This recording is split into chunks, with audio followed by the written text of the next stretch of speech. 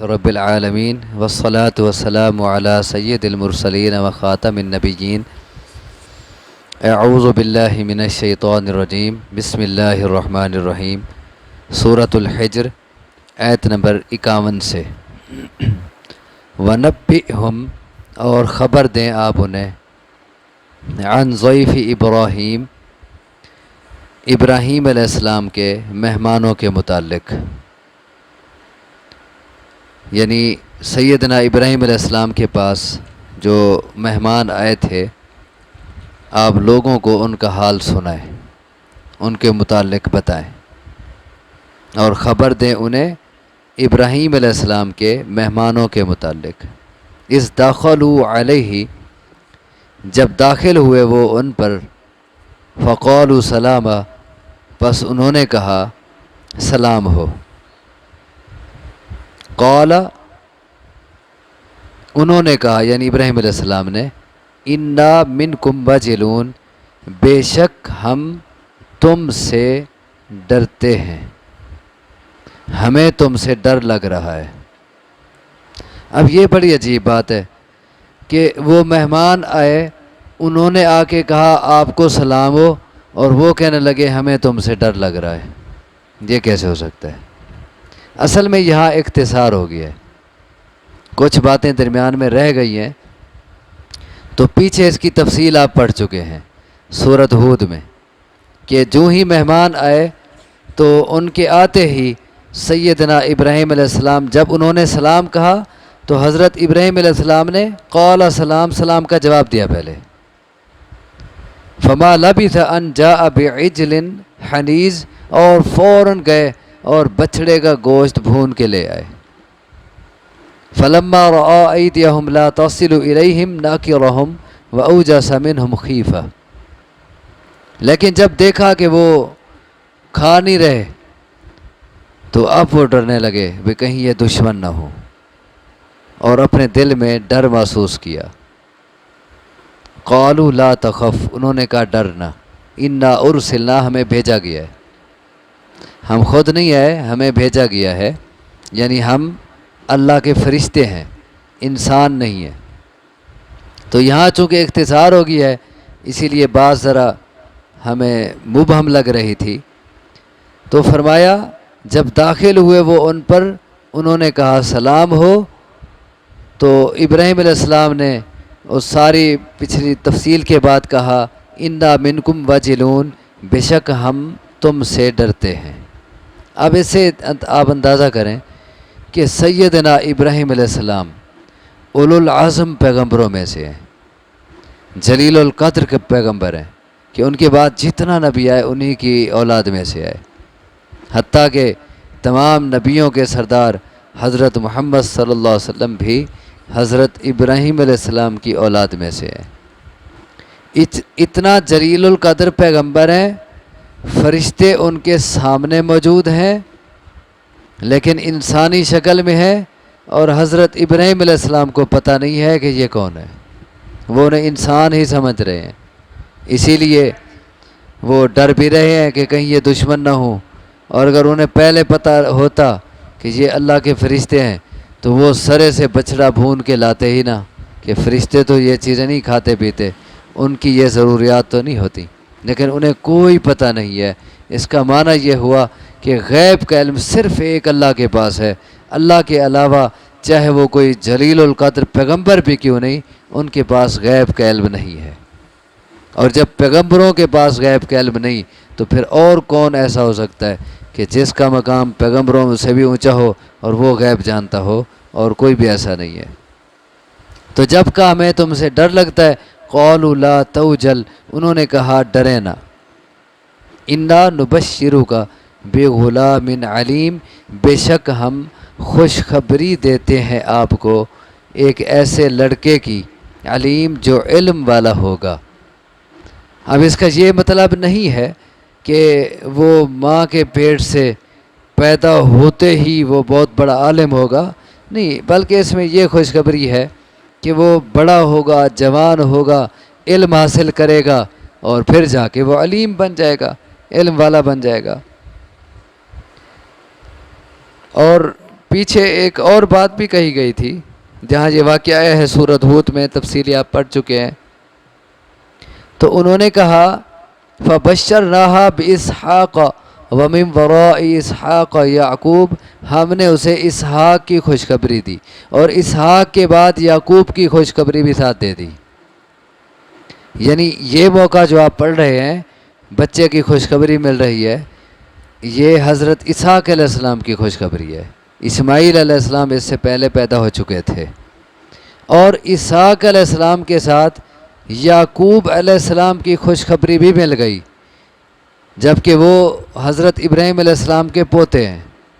تو یہ خوشخبری ساتھ دینے کا یہ مقصد ہے کہ یہ اسحاق بیٹا جو آپ کے یہاں ہونے والا ہے، یہ جوان ہوگا، اس کی شادی ہوگی، اس کا بچہ ہوگا. یہ اندر ساری خوشخبری کھڑی ہے. تو فرمایا، انہوں نے کہا لا توجل، آپ ڈرے نہیں، انا نبشروک بغلام علیم، بے شک ہم خوشخبری دیتے ہیں آپ کو ایک ایسے لڑکے کی جو علم والا ہوگا. قال ابشرتمونی، انہوں نے کہا کیا تم مجھے خوشخبری دیتے ہو، علی ام مسنی الکبر، باوجود اس کے کہ پہنچا ہے مجھے بڑھاپا. فبم تبشرون، بس کس بات کی تم خوشخبری دے رہے ہو، میں تو بڑا ہوں اور اس عمر میں بڑھاپے کے باوجود خوشخبری، کس بات کی خوشخبری؟ یہ حضرت ابراہیم علیہ السلام نے کیوں کہا؟ کیا انہیں اللہ تبارک و تعالیٰ پہ یقین نہیں تھا کہ وہ اس عمر میں بھی دے سکتا ہے؟ تو یہ محض تعجب میں انہوں نے کہا، یہ تعجب کا اظہار ہے اس عمر میں بچہ ہوگا، وہ کیسے؟ یہ تعجب کا انداز ہے. انکار نہیں ہے اللہ کی قدرت کا، یقین ہے کہ وہ دے سکتا ہے، جیسا کہ آگے اگلی آیات سے آپ کو معلوم ہوگا. ان کو 100% یقین تھا. یہ محض تعجب میں گا، اور یہ ایسے ہی ہے جیسے ان کی بیوی نے بھی تعجب کیا تھا. وہ ہنسنے لگی اور کہا یا ویلتا الید وانا عجوز وہذا بالی شیخا، اچھا بچہ ہوگا حالانکہ میں بڑھیا ہوں اور یہ میرا خاوند بھی بوڑھا ہے. ان ھذا لشیء عجیب، یہ تو بڑی عجیب بات ہے. تو فرشتوں نے کہا اتعجبین من امر اللہ، کیا اللہ کے حکم سے تعجب کر رہی ہو؟ تو یہ تعجب ہے سارا، انکار نہیں ہے. تعجب میں انسان ایسا کہہ دیتا ہے، ایک بات کا یقین ہوتا ہے لیکن پھر بھی تعجب میں ایسی بات کرتا ہے. انہوں نے کہا کہ اللہ کے حکم سے تعجب کر رہی ہو. رحمت اللہ وبرکاتہ علیکم اہل البیت، اے اہل بیت تم پہ اللہ کی رحمت اور برکتیں ہیں. تو فرشتوں نے حضرت ابراہیم علیہ السلام کی بیوی کو کیا کہا؟ اہل بیت. تو نبی کی بیویاں اہل بیت ہوتی ہیں. لوگ چاہے انکار کرتے رہیں، جیسے نبی کی اولاد اہل بیت ہے، ویسے نبی کی بیویاں بھی کیا ہیں؟ اس کے اہل بیت ہیں. تو لوگ نعرے لگاتے ہیں بڑے، اہل بیت کے دشمن پہ لعنت، پتہ نہیں لعنت جا کس پہ رہی ہوتی ہے. نبی کی بیویوں کو جو مانتے نہیں وہی نعرے لگا رہے ہوتے ہیں. اللہ ان کو ہدایت دے. تو انہوں نے کہا کیا تم مجھے خوشخبری دیتے ہو باوجود اس کے کہ مجھے بڑھاپا پہنچا ہے؟ بس کس بات کی خوشخبری دے رہے ہو؟ قالوا بشرناک بالحق، انہوں نے کہا ہم نے خوشخبری دی ہے تجھے حق کے ساتھ، یعنی واقعی یہ سچی خوشخبری ہے، واقعی ایسا ہونا ہے. فلا تکن من القانتین، پس نہ ہوں آپ نا امید ہونے والوں میں سے. آپ نا امید کیوں ہو رہے ہیں؟ نا امید نہ ہوں. آگے وہ بھی پیغمبر تھے، آگے ان کا جواب سنیے. قال، کہا ابراہیم علیہ السلام نے، وَمَن يَقْنَطُ مِن رَحْمَتِ رَبِّهِ إِلَّا الضَّالُّونَ، اور کون نا امید ہوتا ہے اپنے رب کی رحمت سے سوائے گمراہ لوگوں کے. گمراہ لوگوں کے سوا اللہ کی رحمت سے کون نا امید ہوتا ہے؟ کس نے کہا میں نا امید ہو رہا ہوں؟ نا امید تو نہیں میں، یہ تو میں تعجب میں کہہ رہا تھا. میں اس عمر میں بچہ ہوگا؟ یہ کیسی خوشخبری ہے؟ یہ تعجب میں کہا ہے، ورنہ میں نا امید نہیں ہوں۔ اللہ کی رحمت سے نا امید تو وہ ہوتے ہیں جو گمراہ ہوتے ہیں، سیدھے راستے پہ نہیں ہوتے۔ تو یہ دلیل ہے کہ حضرت ابراہیم علیہ السلام کو یقین تھا کہ بچہ ہونا ہے، خوشخبری سچی ہے، اور یہ ساری بات محض ایک تعجب میں ہو رہی تھی۔ کہا وَمَن يَقْنَطُ مِن رَحْمَتِ رَبِّهِ إِلَّا الضَّالُّونَ، اور کون نا امید ہوتا ہے اپنے رب کی رحمت سے سوائے گمراہ لوگوں کے۔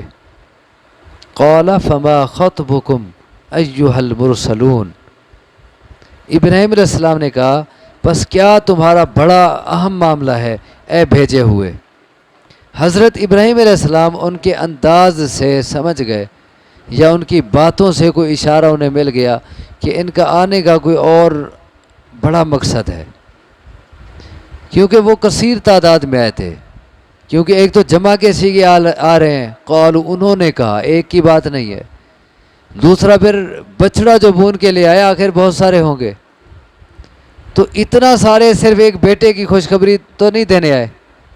تو وہ کوئی اشاروں کنایوں سے، کوئی علامات سے سمجھ گئے کہ ان کے آنے کا کوئی اور بھی مقصد ہے بڑا، اسی لیے پوچھا قال فما خطبکم ایھا المرسلون، بس کیا ہے تمہارا اہم کام، بڑا کام، خطب کہتے ہیں بڑے کام کو، اے بھیجے ہوئے۔ قالوا انا ارسلنا الی قوم مجرمین، انہوں نے کہا بے شک ہمیں بھیجا گیا ہے ایک مجرم قوم کی طرف۔ الا آل لوط، سوائے آل لوط کے۔ مجرم قوم سے مراد حضرت لوط علیہ السلام کی قوم ہے، کہ جن میں بہت بڑی خرابیاں آ گئی تھیں، تو ان کے متعلق کہا کہ ہمیں ان کی طرف بھیجا گیا ہے، جیسا کہ اور جگہ آیا ہے سورت یہ پارہ 27 کے شروع میں، قال فما خطبکم ایھا المرسلون، وہی لفظ ہیں۔ آگے ان کا جواب یہ ہے قالوا انا ارسلنا الی قوم مجرمین لنرسل علیہم حجارۃ من طین مسومۃ عند ربک للمسرفین، انہوں نے کہا کہ ہمیں مجرم قوم کی طرف بھیجا گیا ہے تاکہ ہم ان پر پتھر برسائیں۔ تو یہ پتھر حضرت لوط علیہ السلام کی قوم پہ برسے تھے۔ تو آگے وضاحت بھی آ رہی ہے الا آل لوط کے لفظ سے کہ اس مجرم قوم سے مراد لوط علیہ السلام کی قوم ہے۔ تو انہوں نے کہا بے شک ہمیں بھیجا گیا ہے مجرم قوم کی طرف، الا آل لوط، مگر آل لوط، انا لمنجوہم اجمعین، بے شک ہم البتہ نجات دینے والے ہیں ان سب کو۔ کن سب کو؟ آل لوط کو۔ لوط علیہ السلام کی آل صرف بچے گی، باقی جو مجرم قوم ہے ان کو تباہ کرنے آئے ہیں۔ لوط علیہ السلام کی آل بچے گی صرف۔ آل کا لفظ عربی میں اہل و عیال پہ بھی بولا جاتا ہے، گھر والوں پہ، کنبے پہ، اور آل کا لفظ پیروکاروں پر بھی بولا جاتا ہے۔ جیسے آل فرعون بولا گیا ایک جگہ کہ آل فرعون کو ہم نے تباہ کیا، تو آل فرعون سے مراد اس کے گھر والے تو نہیں تھے صرف، بلکہ اس کی پوری فوج، لو لشکر تھا، اس کے پیروکار تھے۔ تو مطلب یہ ہوا کہ ہم مجرم قوم کو کی طرف بھیجے گئے ہیں سوائے آل لوط کے، یعنی لوط علیہ السلام کے پیروکاروں کے۔ اس میں ان کے اپنے گھر کے افراد بھی آ گئے جو ان کو ماننے والے تھے، اور باقی پیروکار بھی آ گئے۔ بے شک ہم البتہ ان سب کو نجات دینے والے ہیں، الا امرأتہ، مگر ان کی بیوی۔ آل لوط کو ہم نجات دیں گے مگر ان کی بیوی۔ قدرنا انہا لمن الغابرین، ہم نے طے کر لیا ہے، فیصلہ کر لیا ہے کہ بے شک وہ البتہ پیچھے رہنے والوں میں سے ہے، یعنی وہ عذاب میں پیچھے رہ جائے گی، باقی کو ہم لے جائیں گے۔ جیسا کہ اور جگہ ہے فَأَخْرَجْنَا مَنْ كَانَ فِيهَا مِنَ الْمُؤْمِنِينَ، اس بستی میں جتنا مومن تھے ان سب کو ہم نے نکال لیا۔ فَمَا وَجَدْنَا فِيهَا غَيْرَ بَيْتٍ مِّنَ الْمُسْلِمِينَ، اور مسلمانوں کے ایک گھر کے سوا باقی کوئی گھر ہمیں مسلمانوں کا نہ ملا۔ ہم نے مسلمانوں کو، مومنوں کو وہاں سے نکال لیا، اور باقی سب وہیں رہے، اور ان میں حضرت لوط علیہ السلام کی بیوی بھی تھی، اس نے چونکہ ایمان نہیں قبول کیا تھا، وہ ایمان نہیں لائی تھی، تو اسی لیے چاہے پیغمبر کی بیوی تھی لیکن کسی اونچے انسان کی بیوی ہونا یا بیٹی ہونا یا اولاد ہونا یہ انسان کو نجات نہیں دے سکتا، چاہے کوئی سید گھرانے کا ہو یا جو کچھ بھی ہو۔ نجات کے لیے اپنا ایمان اور عمل۔ اب پیغمبر کی بیوی ہے لیکن کہا کہ ہم اسے پیچھے عذاب جن کو ملنے والا ہے ان میں اس کو باقی رکھیں گے، باقی سب کو لے جائیں گے۔ تو فرمایا بے شک ہم ان سب کو یعنی آل لوط کو نجات دینے والے ہیں مگر ان کی بیوی قدرنا انہا لمن الغابرین، ہم نے فیصلہ کر لیا ہے کہ بے شک وہ البتہ پیچھے رہنے والوں میں سے ہے، یعنی وہ نہیں نکلے گی اس علاقے سے، وہ پیچھے ہی رہے گی ان لوگوں میں جن پہ عذاب آنے والا ہے۔ اور پھر آگے پوری تفصیل آئے گی کہ کیسے ان پہ عذاب آیا۔ اللہ تبارک و تعالیٰ سے دعا ہے مجھے آپ کو سمجھنے کی عمل کی توفیق عطا فرمائے۔ اقول قولی ھذا واستغفر اللہ لی ولکم وآخر دعوانا ان الحمد للہ رب العالمین۔